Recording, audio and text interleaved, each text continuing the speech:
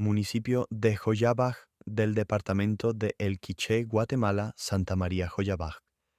Es un municipio del departamento de El Quiché, Guatemala. Fue fundado alrededor del año 1549 como una de las reducciones o pueblos de indios mayas.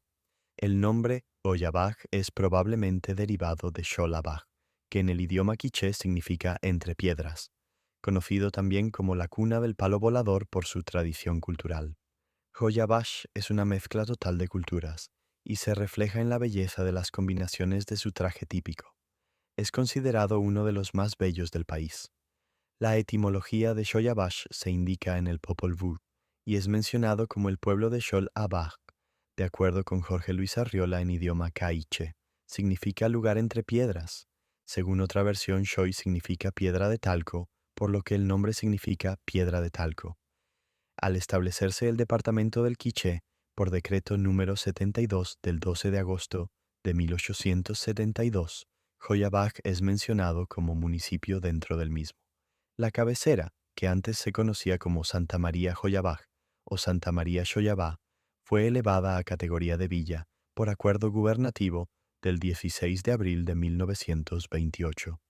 Durante el periodo indígena se conoció a la actual cabecera como Xoyabá o Chuy-Xoyabá, según aparece en las respectivas crónicas. Dependiente del reino quiché, dichas crónicas recogieron el dato que el lugar fue poblado principalmente por indios mayas, quichés, enviados por sus señores para radicarse, con el fin de defender el paso cuando los de Rabinal quisieran atacar a Gumarcaj o Utatlán, capital del reino. Para este efecto subsistió por mucho tiempo un reducto, que los españoles denominaron castillo. En la sierra al norte del municipio existían las ruinas del sitio arqueológico Samaneb, capital que fuera del señorío de Rabinal-Ashi, de la casa Ajau Quiché, una de las ramas de la Confederación del Reino Quiché. En ese lugar existe una pequeña laguneta, por lo cual también ha surgido la duda si la etimología de Joyabash pudiese provenir de la corruptela Quiché-Choy igual a laguna y Abaj igual a piedra, o bien de Xol igual a entre y Abaj, por ser muy pedregoso el municipio debido a primera sierra de Chuacús en que está enclavado. En la Historia General de las Indias Occidentales, publicado en 1620 por Fray Antonio de Remesal, se lee que por el año 1549, a petición de los padres fundadores del convento de la Sierra de Zacapulas, por orden y diligencia del licenciado Pedro Ramírez de Quiñones, en el pueblo de Santa María Joyabaj, se juntaron los mismos que en Santa Cruz del Quiché para guardar aquel paso de los de Rabinal, y estaban allí como en frontera. Y hoy dura el castillo de los Cetinelas, o Atalayas, que en su lengua llaman Chuy-Xoyabá. Por su parte, el dominico Fray Francisco Jiménez, en su Historia de la provincia de San Vicente de Chiapa y Guatemala, por el año de 1716, al comentar lo escrito por Remesal, anotó que el nombre del citado castillo era Xoyaba.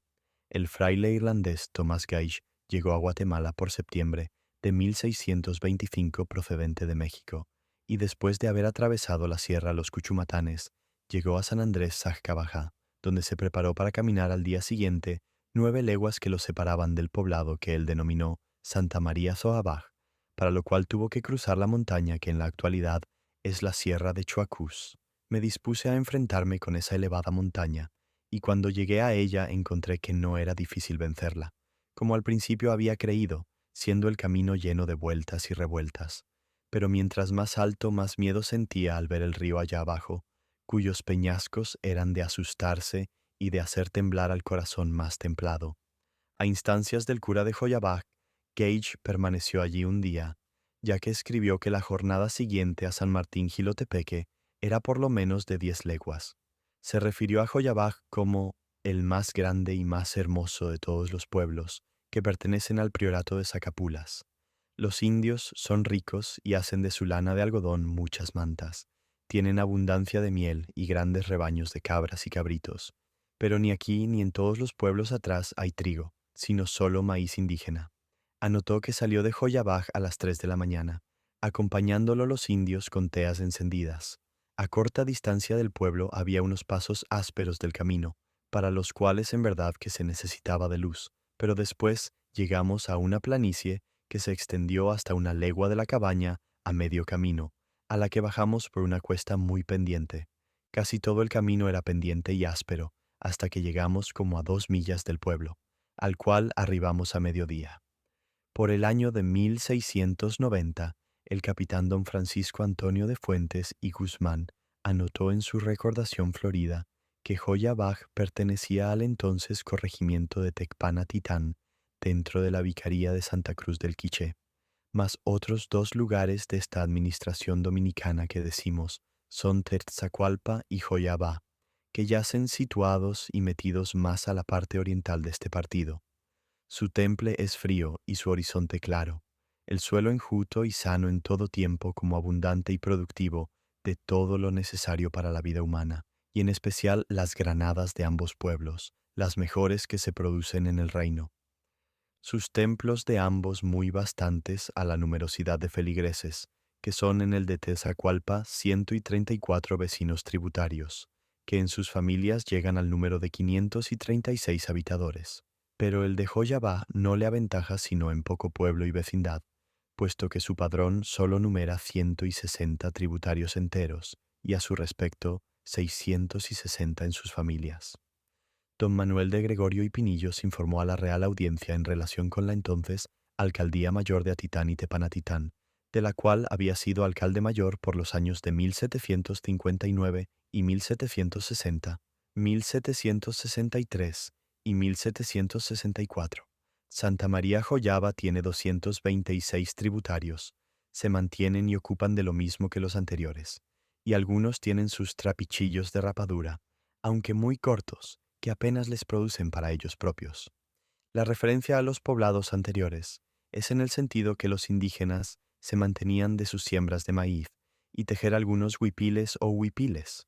El acucioso arzobispo Dr. Don Pedro Cortés y Larraz escribió su descripción geográfico-moral de la diócesis, que visitó entre 1768 a 1770, y que constituye el mejor monumento a la agudeza y crítica, relación paciente y concienzuda de la realidad más íntima de su jurisdicción. En su obra se lee que en 1769 llegó a la presidencia de Santa María Xoyabá. Desde el pueblo de la Zacualpa hasta el de Santa María Xoyabá hay 3 leguas, rumbo como de entre poniente y norte a entre oriente y sur. El camino tiene sus llanuras y algunas cuestas demasiado violentas, bien que por haberlo perdido los que guiaban, fue preciso bajar una montaña algo violenta y volverla a subir. Luego que se sale de la Zacualpa, se cruza un arroyo de no mucho caudal y a poco se le incorpora el que se pasó antes de entrar en este pueblo, como también otros que bajan de la montaña del norte, de manera que a 1 legua y media es un río caudaloso. Corre de poniente a oriente y es el que se cruza por puente cuando se sale de Soyabá. El valle que hay desde Azacualpa por donde corre el arroyo tiene 1 legua y media o 2 de longitud, y también tiene como media y 1 legua de latitud, con muchas aguas que se pueden aprovechar, y parece tan fértil que si se cultivara daría todo género de frutos, y podía hacer al pueblo rico, aunque fuera muy numeroso. Pero así este valle como otras muchas tierras que hay alrededor del pueblo, y muy frondosas, están sin cultivo y cuasi ningún cuidado, contentándose con sembrar solamente algunos maíces, con lo que no puede dejar de ser pueblo muy pobre. El pueblo de Xoyaba, aunque en mucha altura, está puesto en sitio hermoso, frondoso y llano, bastantemente desembarazado, no obstante que tiene contiguos algunos cerros vestidos de árboles, pero elevados y que forman varias vallejas. A la banda del norte tiene una montaña que corre de poniente a oriente, y a la otra parte, rumbo al norte de Xoyaba, están los pueblos de Sacabajá, a 11 leguas, de Cubulco a 12, y el de Sacapulas inclinado al poniente a 19. Este pueblo es presidencia comprendida bajo la canónica de la Zacualpa, y en donde habita, como se dijo, el cura propio. No tiene anexo, pero sí muchos trapiches que no se especifican y los sitios siguientes que son los más notables. Primero, Hacienda de Chuagorral.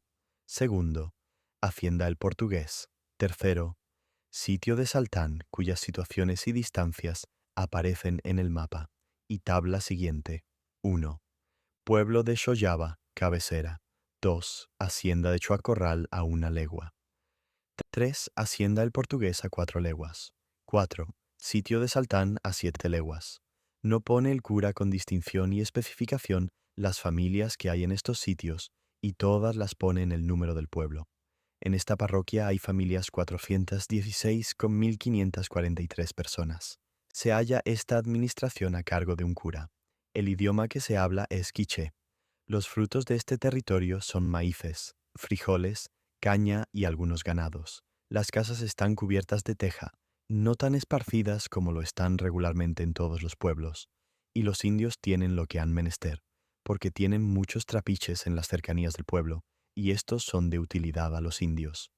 Dice pues el cura en sus respuestas que, en cuanto a abusos y escándalos, no ha notado cosa alguna en estos pueblos, y sólo sí es el vicio más dominante el de la embriaguez, y que con los medios que ha tomado se ha logrado que no sea muy frecuente, que cuando se pasó a este pueblo del de la Zacualpa, echó de menos la escuela recomendada por el rey y arzobispo, pero que no pudiéndola haber, por no tener bienes la comunidad, se sacrificó personalmente a instruir a 8 muchachos, y a estos los ha puesto maestros de 23, que están aprendiendo a leer, escribir y música, y que no solamente no ha notado idolatrías ni supersticiones, sino que ha reconocido que se afrentan mucho de que les llamen brujos, y es el mayor baldón que para vengarse de ellos se les puede decir, de donde se infiere que sienten mal de estas cosas.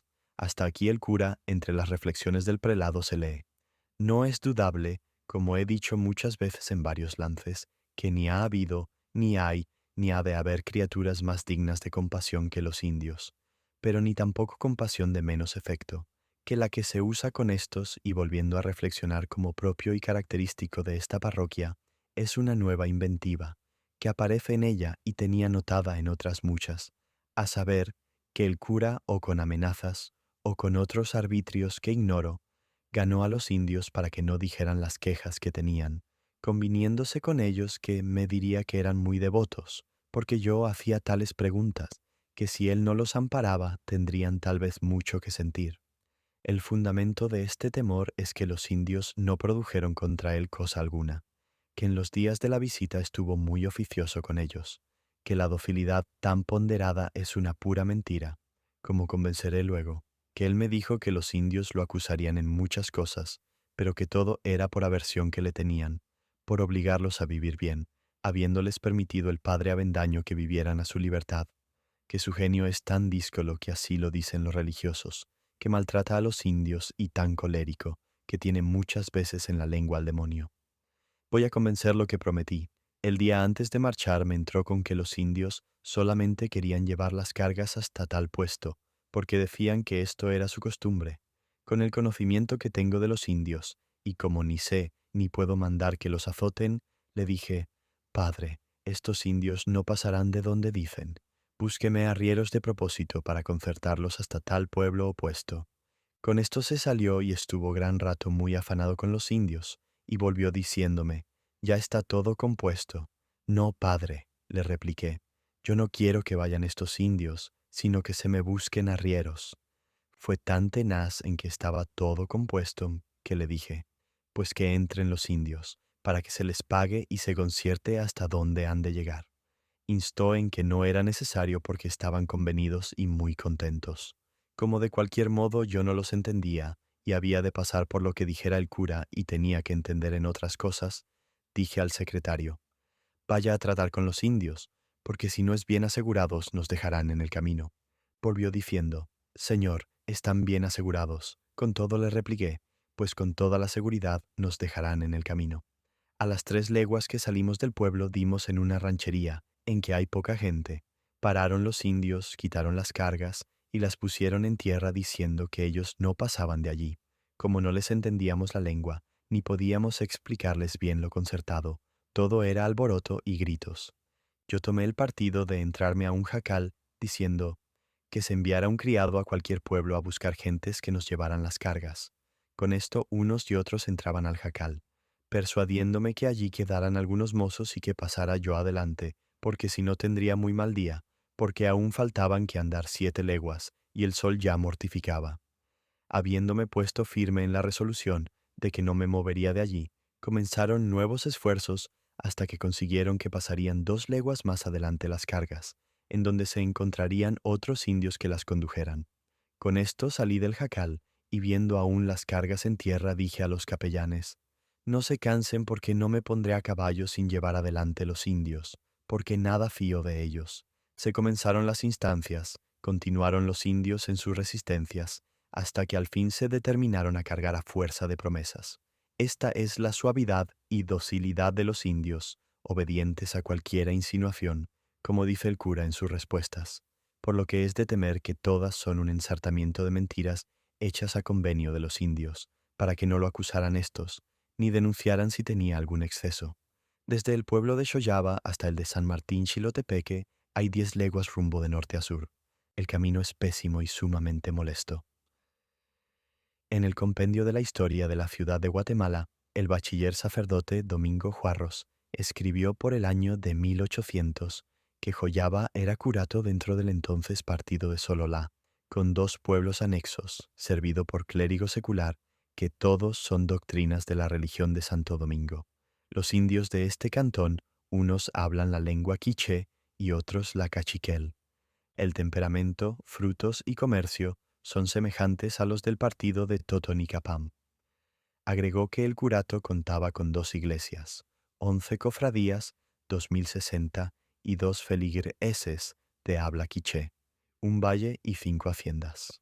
Tenía una extensión de 15 leguas y estaba 30 leguas al oeste-noroeste de la actual capital, con el nombre de Asunción Joyabaj, perteneciente al curato de Asunción Joyabaj en la Alcaldía Mayor de Sololá, conforme publicado por el Archivo General de Centroamérica, en el Estado de Curatos del Arzobispado de Guatemala, del Real Tribunal, y audiencia de la Contaduría de Cuentas del 8 de julio de 1806. Figura con 390 tributarios. No se indicó en esa fecha el total de habitantes. Ubicación y acceso: municipio del departamento del Quiché, municipalidad de segunda categoría, con un área aproximada de 304 kilómetros cuadrados y a una altura de 1.433,41 metros sobre el nivel del mar. En el centro de la cabecera departamental Santa Cruz del Quiché, en el kilómetro 156,67 de la Ruta Nacional 15, se inicia la Ruta Departamental Quiché 2. Por la misma 7 kilómetros a Chinique, de allí a Zacualpa 22 kilómetros, y de esa cabecera a la de Joyabaj 12 kilómetros, siempre en dirección al este. También cuenta con caminos, roderas y veredas que unen a sus poblados y propiedades rurales entre sí y con los municipios vecinos.